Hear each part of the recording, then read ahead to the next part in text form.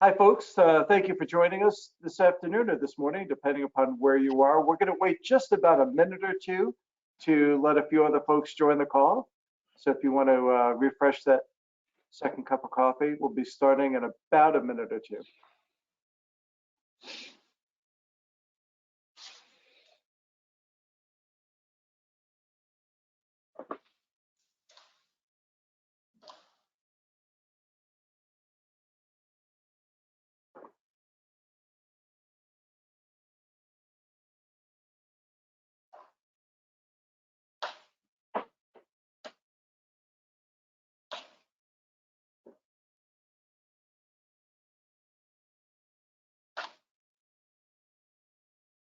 And Ellen, if you want to get the slides put up, we'll get ready to begin.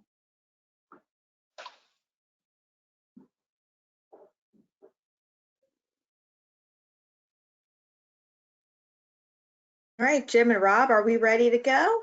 I think we are. Laura, do you want to do us a quick introduction? Hey, I would love to. Hi, everybody. Great.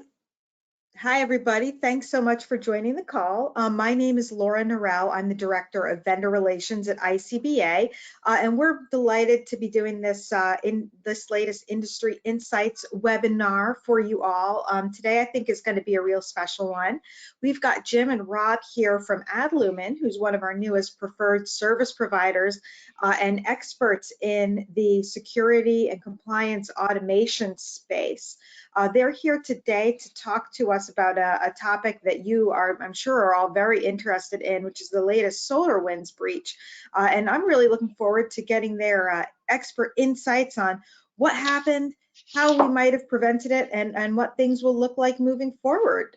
So I won't take any more of your time except to say that thank you for coming, and I hope that you'll continue to join us here for the Industry Insights webinar series. With that, Rob, Jim, I'll let you guys take it away. Laura, thank you very much, and thank you very much for the partnership, and thanks for the introduction and for hosting us today. My name is Jim Adams, and I'm the Vice President of Worldwide Channels here at Adlumin, and our special guest speaker today is Rob Johnston. Robert is actually the CEO of Adlumin, and he's going to be speaking, as Laura mentioned, about the SolarWinds breach. But before we begin, just a couple of housekeeping items for everybody. Everybody's line should be on mute when you join. If you want to communicate with us, please use the hand raise icon or put a note in the chat window, and we'll be sure and monitor that. We're going to be doing a Q&A at the end of the session. So if you think of questions throughout the session as Rob is speaking, as we're going along, feel free to post them in the question window or in the chat window. And at the end of the session, we can even open up the lines if people have questions. So please, we really do want to get your questions and your feedback. And then finally, we are going to be recording this session, and we'll be able to distribute this for replay when we're done. So you can listen back for things that you may have missed and or distribute it within your organizations as appropriate. So with that, let's talk a little bit about what we're going to be covering today and walk through the agenda. So as I mentioned, Robert Johnston, our CEO, is going to be talking about the SolarWinds breach, and in particular, he's going to share with us his insights based upon his experience and time in the industry about really what happened with the SolarWinds breach. You know, what led to it? What are the implications? What are the things that collectively we in the industry and others can learn and we can take away from it to be more secure and proactive in our stance? We are going to have a Q&A session at the end. We'll talk a little bit about what's next as well. And again, we'll have an opportunity for you all to give us our feedback. So let's talk a little bit about, if we could, ICBA and Adlumin.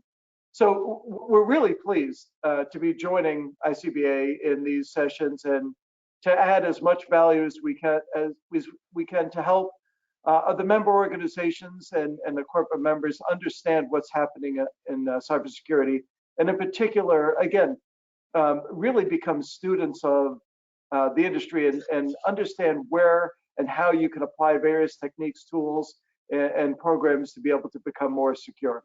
We've been an ICBA Think Tank Accelerator Program finalists. We were selected, as Lauren mentioned, as a preferred service provider in November of 2019.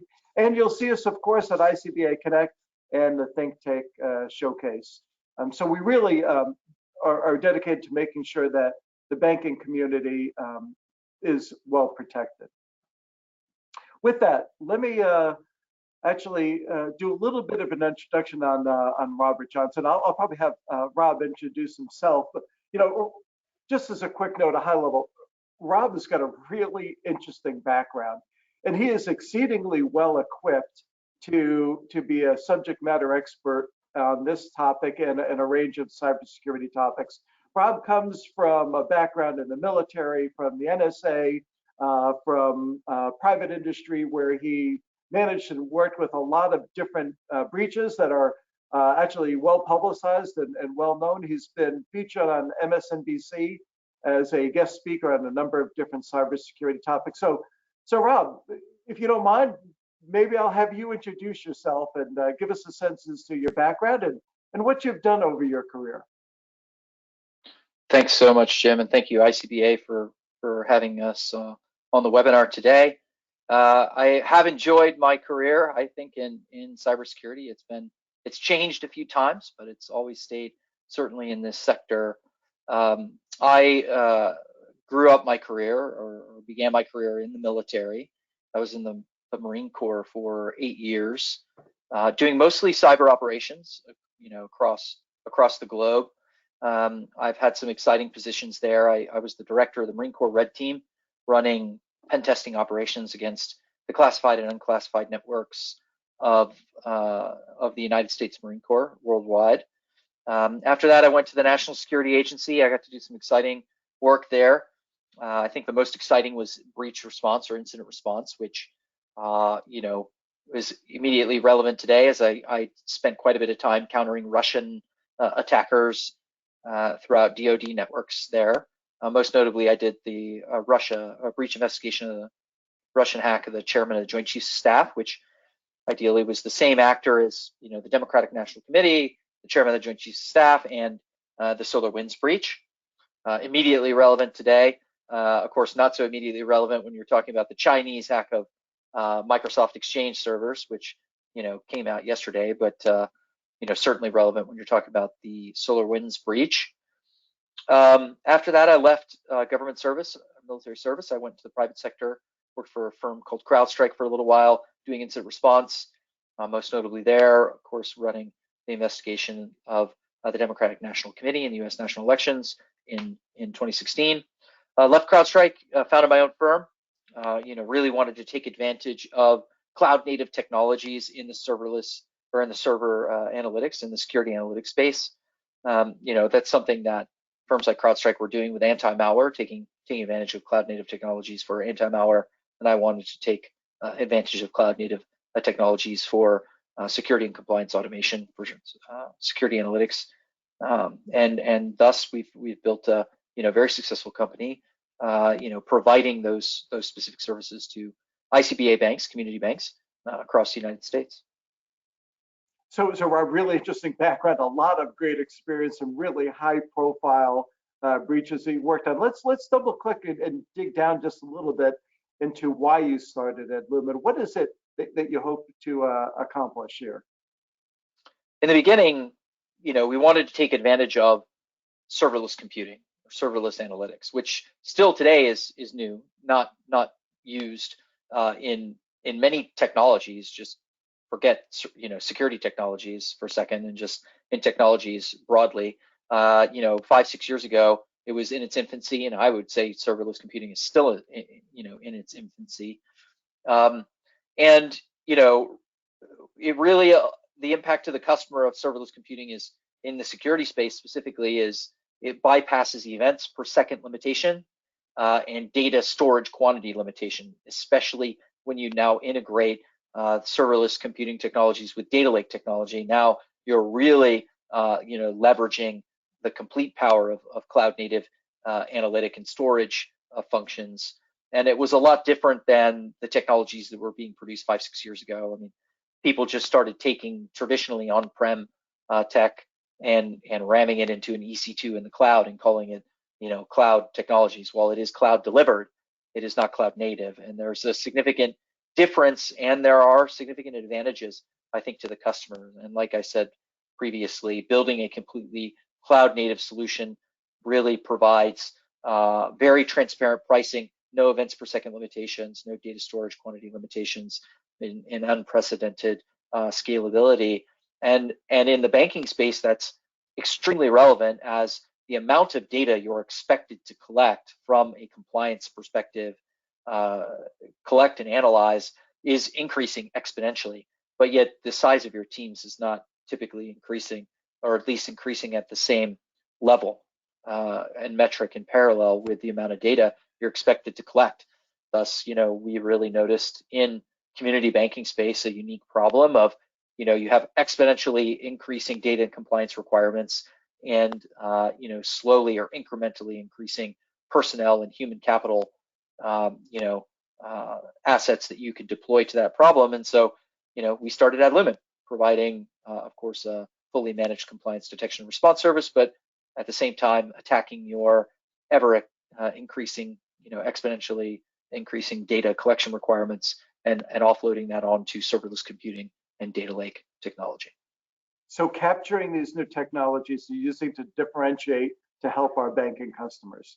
Great. And we're going to come back, by the way, Rob, towards the end of the session and spend a little more time talking about Adlumin and what it is that the platform does and how it solves problems. But let's dive now into the topic at hand here, and what our attendees are really interested in hearing about, which was the SolarWinds breach that got so much public attention, and it got a lot of press for all the right reasons. But help us, if you could, understand the background. What exactly happened in this breach, and what is it that we should be thinking about in terms of your own business and our customers' business? So the actor responsible for the SolarWinds breach is an actor called the APT29, or Cozy Bear. Coincidentally, I had quite a bit of experience with this particular threat actor. They were the same actor that breached the chairman of the Joint Chiefs of Staff in 2015. They also breached the Executive Office of the President and Department of State in 2014. They were responsible, or one of the actors responsible, for breaching the Democratic National Committee in 2016, and now they are the actors responsible for breaching SolarWinds. For those that aren't familiar with the Russian Foreign Intelligence Services, APT29 is linked to the Russian SVR, which is their principal foreign intelligence collection agency out of the Russian Federation. It's like their version of our CIA, right? Our Central Intelligence Agency is the Russian SVR. This attack is being labeled as a supply chain compromise, rightfully so, as they were able to insert themselves and their capabilities into the software development and build pipeline that SolarWinds uses to push out or generate updates, and then host those updates for then customers to come and download those particular updates and update their server with the their SolarWinds server with the latest bug fixes and performance enhancements. It's interesting to see this attack take fold, because the level of complexity, and operational complexity is really high, right? So you've got to spend a lot of time figuring out how a particular company does its DevOps and its development ops in order to build these particular updates in an automated way and then host them. There's a lot of talk right now, and a lot of testimony on Capitol Hill, of course, saying it was an intern that developed a simple password, SolarWinds 123, and that this password somehow played a role. Regardless of whether or not it played a role in facilitating this particular supply chain compromise, an end user organization, an end organization doesn't have any control of what's going on at SolarWinds. So there's no way for you to detect this supply chain compromise portion of this particular event. I think some of the biggest contributors, as far as background is concerned, is what we've seen at our customers who were affected, and then also our customers just broadly across the board, is a lot of times a system like SolarWinds, which is an IT management or IT security system, lives outside of the normal, the normal dynamics and normal security ecosystem that other systems live by. Essentially, it's playing by a different set of rules. And IT administrators often do this to create a path of least resistance, right? To make sure that it's always operating. This is an IT security system, so it may or may not have antivirus. You may or may not log into that particular system with a domain account, a low privilege domain account. You may be logging into that system with a privileged local account. So very often what we see is these IT systems and security systems are living outside of the normal ecosystem that every other, or rule set that every other system has to live by. And this is a result also too of life cycle management issues. When you have an on-prem system, you're now responsible for its life cycle management issues, which is a completely different thing. And people take a lot of shortcuts, especially when it comes to life cycle management. Second thing, vendor updates are known and considered good. What are you supposed to do if a vendor hosts an update? It's a combination of these two factors: known good and the target system living outside of the normal security rule set, that security guidelines that other systems have to play by. It creates a unique and very vulnerable situation for even the most secure financial institutions. But keep in mind, this was a failed intelligence operation. I would categorize it as a failed intelligence operation, and what an intelligence collection opportunity it really was. Immediate access to potentially 18,000 targets across the globe, many of them government targets. A very unique, very very unique intelligence collection opportunity that they that they messed up. And so it's good for us, bad for them. I view it. So it's interesting. You mentioned a couple of these contributing factors: the IT and security systems, and they exploited essentially trusted vendor updates. Are there other contributing factors that our customers should be aware of, that they should be considering as they think about their own security posture? The biggest contributor, in early, or the failure of early detection, is these systems living outside of the normal guidelines and software restrictions that the teller's desktop lives by. In not every company, and this doesn't take place everywhere, but in many companies, very likely a teller's desktop was more secure than the SolarWinds system itself, right? And that's because of shortcuts that may or may not be taken, or authentication shortcuts that may or may not be taken. So that is one of the biggest, I think, contributors. You're not going to have any influence, of course, over what goes on at SolarWinds proper, the company. Vendor due diligence and mandating certain compliance standards is going to be how you levy and enforce at least some level of security. But a big firm like SolarWinds, of course, will pass those. They've got all of those things, and this can happen to anybody, and it's going to keep happening more and more. The Microsoft breach that came out yesterday or the day before is definitely a big component of that, or another example of that. Although the horizon on what was going on at Microsoft is not as distant or not as long as what occurred at SolarWinds. So we got a background of the breach itself and the bad actors and what they were trying to do within intelligence collecting.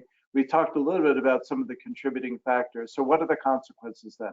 As a result of this, what should we be taking away from that? Yep. First and foremost is, make sure that you've got the same protective infrastructure deployed on your IT management and security systems as you do on, that you would expect of your teller's desktop at a minimum. Make sure you're playing by the same rules, logging in with, unprivileged user accounts, logging instead of privileged local accounts, things like that.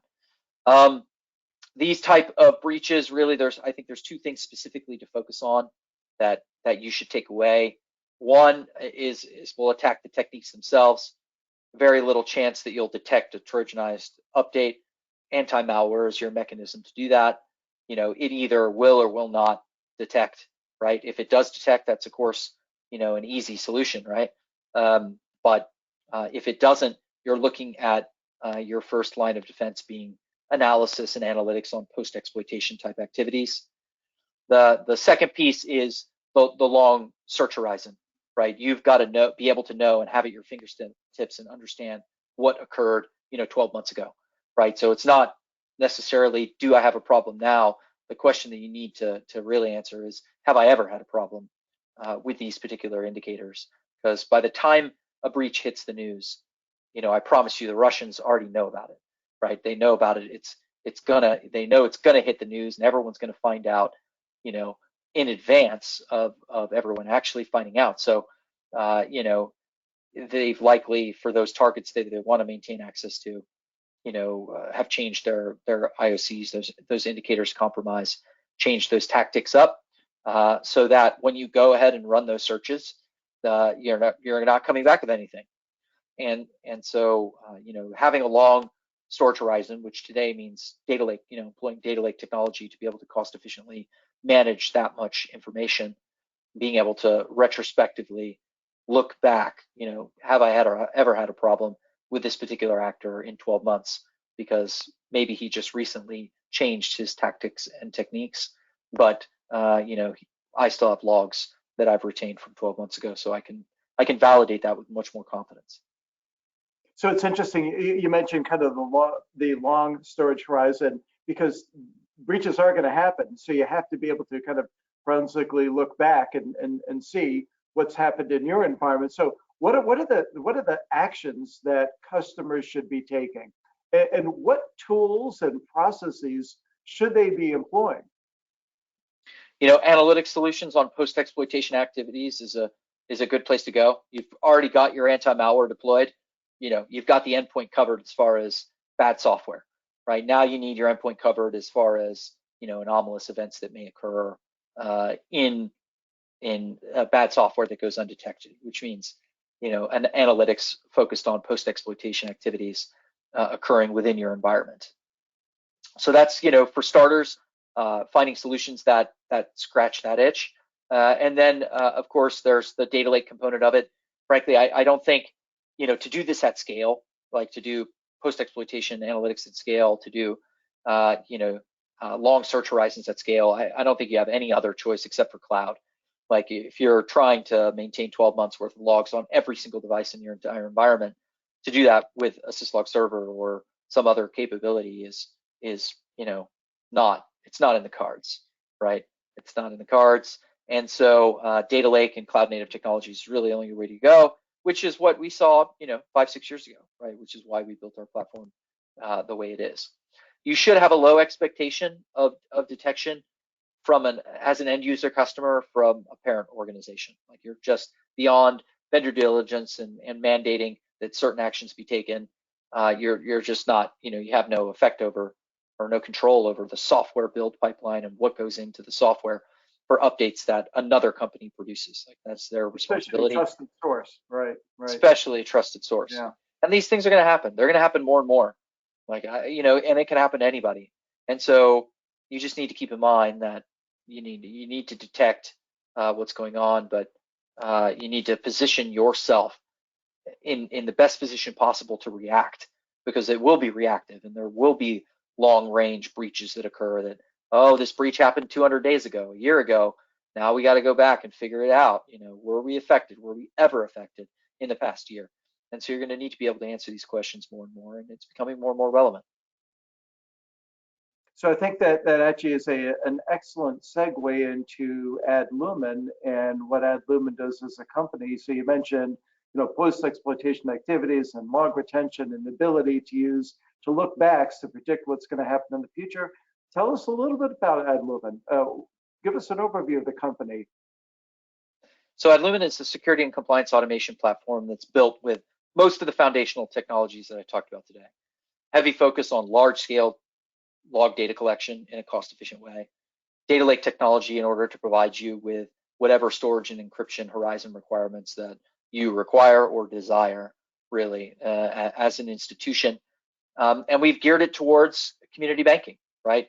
We've got things like integrated, FFIEC CAT. We've got patented core banking security technology just the other day, we launched our new I-Series capability platform, which includes things like Jack Henry and Silver Lake and other I-Series or mainframe, AS400 mainframe-based technology that finally allow you to integrate your core banking solution in with your overarching security and compliance ecosystem. So these are things that we do very, very well. I think the most significant impact that we have on community banking institutions itself is, one, the large-scale log data collection in a very, very cost-efficient way. Using that data lake technology, using serverless processing, we can meet the data collection and analysis requirements that you have at scale. So you don't have to pick and choose and make sacrifices on which systems you are not going to monitor. The second piece is, of course, providing those unique technologies, serverless processing, data lake technology to help achieve those objectives, and then really, really focused, very focused, specific compliance and technological advancements inside of our platform that are very meaningful to community bank, core banking, platform security just being one of them. So deeper dive a little bit, as you mentioned some really interesting topics there. Let's deeper dive into a couple of the services that are kind of unique or special that Adlumin as a platform delivers to our customers. Right, behavior analytics on post-exploitation activities. That's how we got our start, actually, as a serverless analytics company. We gear our analytics to find threats, malfunctions, and IT operations failures. That is the job of our data science team, and that is the job that they attack every day. Second is, detecting anomalies in independent log data streams. The signal to noise problem, because you're exponentially required to exponentially increase your data collection, it's creating a pretty large signal to noise issue. And that's, a firewall is a great example of that. You may produce 1,000 criticals a day across your firewall. Well, which criticals are actually critical? If you're producing 1,000 a day, none of them are critical. It's a data science problem, especially something like a firewall producing hundreds of millions of events a month just across that one data stream. Which one of those hundreds of millions of events, require or are relevant when you're talking about threats, malfunctions, and IT operations failures. And so that is a data science problem. It's large scale data. Certainly you're not going to search through all of that stuff. So, Adlumin will do it for you in an automated and data centric way. That data lake technology is very important to achieving those search horizons. Plus, all these little auditor gotchas of coming in and show me all accounts that were created 12 months ago. You want that data to be at your fingertips. You want it to be reportable. You want it to be searchable. These things are very important. But, you could do that right now today without a data lake. It'll cost you, an arm, a leg, and your firstborn in order to be able to do it, right? But with data lake technology, I feel like we've really made this particular capability accessible to community banks, where it was previously only accessible to Bank of America, right? And serverless technology and data lake technology really are what allow us to make it accessible to community banks. And when I'm talking about accessibility, I'm talking about cost efficiency, of course, making it cheap enough for community banks to be able to consume it. So you're really talking about enterprise class, robust security that is purpose built for, but frankly, that could be employed in the big guys that is purpose built and can be consumed by the smaller and the mid-tier banks at a price point that they can actually afford. So that makes sense. That makes sense. But now let me just bring it full circle around. You talked about SolarWinds, you talked about the breach, you talked about Adlumin and the product and the services. Let's bring it all together. What role could Adlumin have played, or what role does Adlumin play in breaches and breach prevention? So Adlumin is a large, at scale security analytics solution that's bringing in everything from your antivirus to all of your logs to every device log to even your cloud logs. And we do have a heavy focus, data science focus on post-exploitation activities. We're doing a lot of work there. We've got our integrated data lake technology that's facilitating that long-term data storage and retention requirements. For example, a normal bank would probably be 1 year's worth of storage, but if you're in New York under DFS regs, it's going to be 3 years. If you're doing any kind of brokerage services, it's going to be 7 years under FINRA if you've got to do that. So we've got a different data storage capability to meet whatever requirement that the customer has. Threat intelligence is a big piece. It's a big piece of your FFIEC CAT audit. Are you integrating threat intelligence? Do you have the ability to run searches across threat intelligence organizations? Do you have the ability to run automated searches across all of your log data, and for how long? We're of course providing that piece automatically. Everyone who just deploys Adlumin for FFIEC CAT Domain 2 threat intelligence collaboration, you automatically achieve an intermediate just by deployment, not even doing anything, not even lifting a finger, just deploying. And so we get you as far as we can with a lot of the capabilities that we have just organically inside of Adlumin. So we're going to talk a little bit at the very end about how the attendees on the call today can get more information and actually get a private tour of Adlumin as a platform. But let's just kind of summarize. We had the breach. We've got your experience. We've got your building the product and the platform and the company of Adlumin. What are the key takeaways? What should our attendees be thinking about? Of course, investing in your knowledge and education. I strongly think that investing in a managed compliance detection and response service like our Overwatch service is extremely important. Being able to run these kinds of tasks and operations 24 hours a day is certainly a great help to your team individually, right? Because you guys aren't awake all the time, and you're stretched thin as far as capacity as it is, and being asked to do more and more and more every year. So this is a problem for technology to solve for you, for services and companies to solve for you, to make sure that you can add to your your bottom line revenue in order to achieve all the security objectives you need to achieve and feel confident and be safe. The SolarWinds breach is going to keep happening, right? Or breaches like it, right? The Microsoft breach coming up, I don't think it's quite similar, zero-day exploits that are being used by, Chinese nation-state sponsored actors, but the time horizon and the impact and shock of it is although it is broad-reaching and as far as people who could be targets, it's not quite the same. It didn't have quite the same shock value, rightfully so.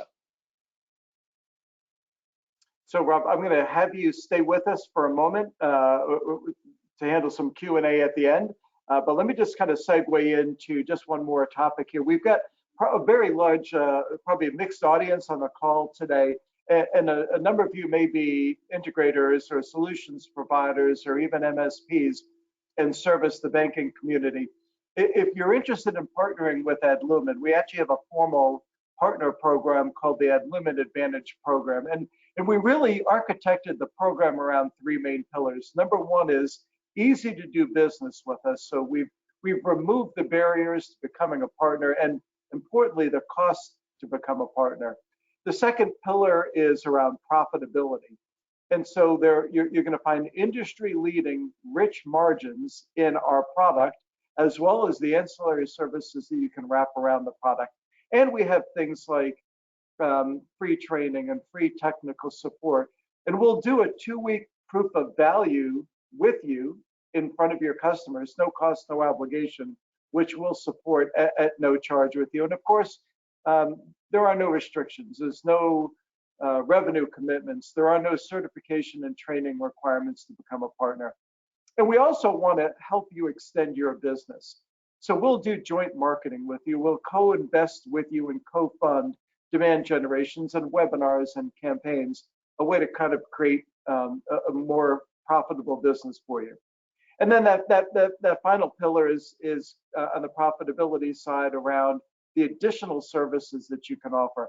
So Adlumin as a platform, as Rob has mentioned, we include a lot of capabilities and technologies that are beyond traditional SIEM technologies and platforms, and really help extend the value that you can provide to your customers. So maybe differentiate you in the marketplace. So what's next? What actions and things can you all be doing? Well, I would suggest a couple things. First of all, if you'd like more detail on either the Advantage program or Adlumin as a platform, obviously on our website, we're going to give you a link with some data so that you can get more information. But schedule a demo with us and schedule a product overview. We can walk you through the platform and answer your questions specifically. If you're interested in becoming a partner again, we can talk specifically about the program and the margins that you can make and how we can co-invest with you in your business. And then, of course, we're going to continue to have these thought leadership sessions with ICBA in the future and as other for our Advantage program partners, so be on the lookout for that. So with that, I'm going to transition to our Q&A session. Just as a reminder, if anybody has a question, please put your question in the question window or the chat window, and we'll be sure and address that. So what I'm going to do is, let me just check. I'm going to paraphrase, if I may, Rob. SolarWinds, what's the difference between SolarWinds and Adlumin? Well, I'm going to ask maybe a broader question, if you don't mind. How is Adlumin differentiated in the marketplace compared to some of the other SIEM and managed compliance detection response companies out there? What is it that we do differently?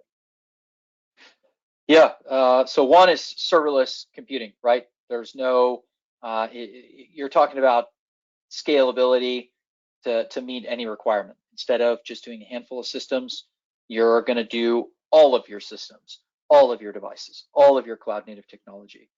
You know, a firm like SolarWinds actually has got a lot of different tech, right? They don't just have the log management product, they've got like database product, access product, you know, so they got all sorts of different things going on, a lot of different things there that have nothing to do with security even. And so, you know, having a serverless analytics product and a data lake integrated product allows incredible cost efficiencies. Those cost efficiencies are passed on to the customer that allow you to not make sacrifices, right? Bring in the entire network to answer all of those relevant, you know, compliance questions. Second, it makes very transparent pricing. No events per second limitations, right? No data storage limitations. No, you get 200 gigabits a month. You get whatever you send us a month. No, you know, 2,000 events per second limitation. You get whatever events per second limitation you send us, right?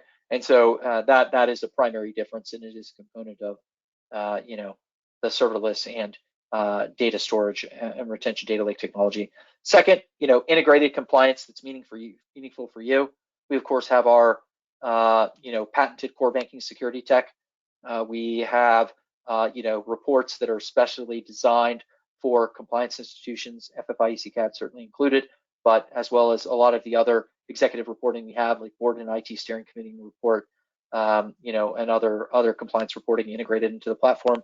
And then finally, our service. Our service is truly geared towards finance. It includes things like semi-annual external and internal vulnerability scanning. That's why we call it FFI ECCAT assistance and monitoring, making us the system of record for that particular tool.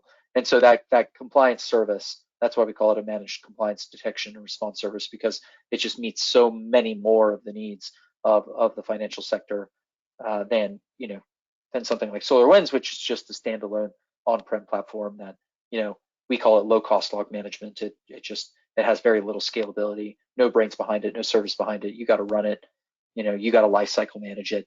You got to do a lot of things, and so we just completely offload that and provide a very, very transparent pricing model associated with it. One of the questions also was about specifics to the banking community. I think you addressed that, so that was great. Thank you. You mentioned pricing, no data limits. So how do you price the product? Yep, it's just a flat fee per device. So a firewall costs the same as a laptop, which costs the same as, you know, an Azure Office 365 API integration, or you know, CrowdStrike integration. Everything just counts as one device. That's just a flat fee. So you know, the difference is, it's like we integrate your antivirus. Your antivirus might be deployed to 1,000 machines. That doesn't cost 1,000 devices. That's one device. It's one API integration. You know, that's the difference, even though the amount of data is vastly different than, you know, the amount that will be consumed by, you know, an endpoint. So everything is just firm fixed price, flat fee per device. They all cost the same, which makes it very transparent. It's just like, this is what you're paying per, you know, per year, per device, per month, per device. Got it. Actually, I'll take, I mentioned the free 2-week, no cost, no obligation POV. And how do they do that? What does it mean for the customers? Essentially, what we do is we actually deploy the platform for your customer. It's all cloud-based, not on-premise, but we deploy the platform and we'll actually train the customer, no cost, no obligation for 2 weeks, and give them visibility into what's happening in their environment. Rob, can you give a little bit of an overview of what actually happens during that no cost, no obligation POV? Yep, well, we have a specific rubric that we follow, and just through experience, it works really well at making the customer very capable at using Adlumin. Even if they're using the Overwatch service, which is the fully managed component, there are still things that you need to do. Reporting, I think, is probably the biggest one there.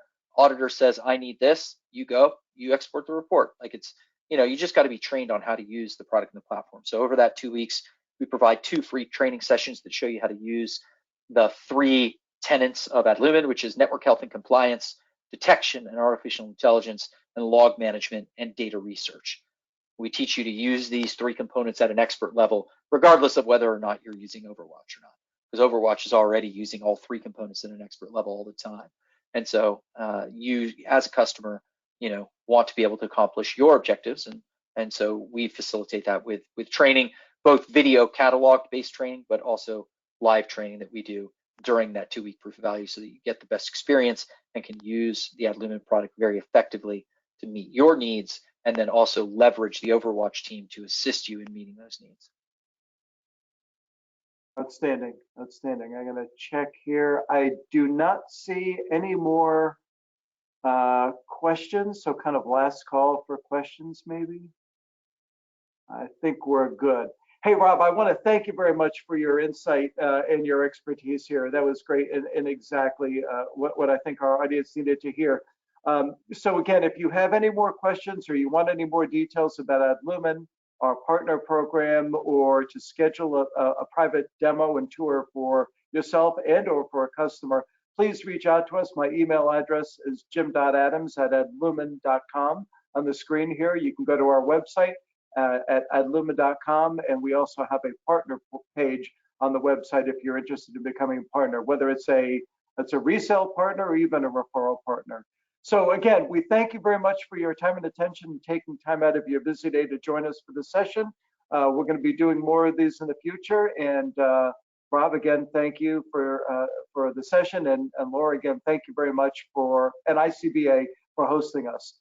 With that, that's the end of our session. Have a great day, and we'll talk to you all later. Bye-bye now.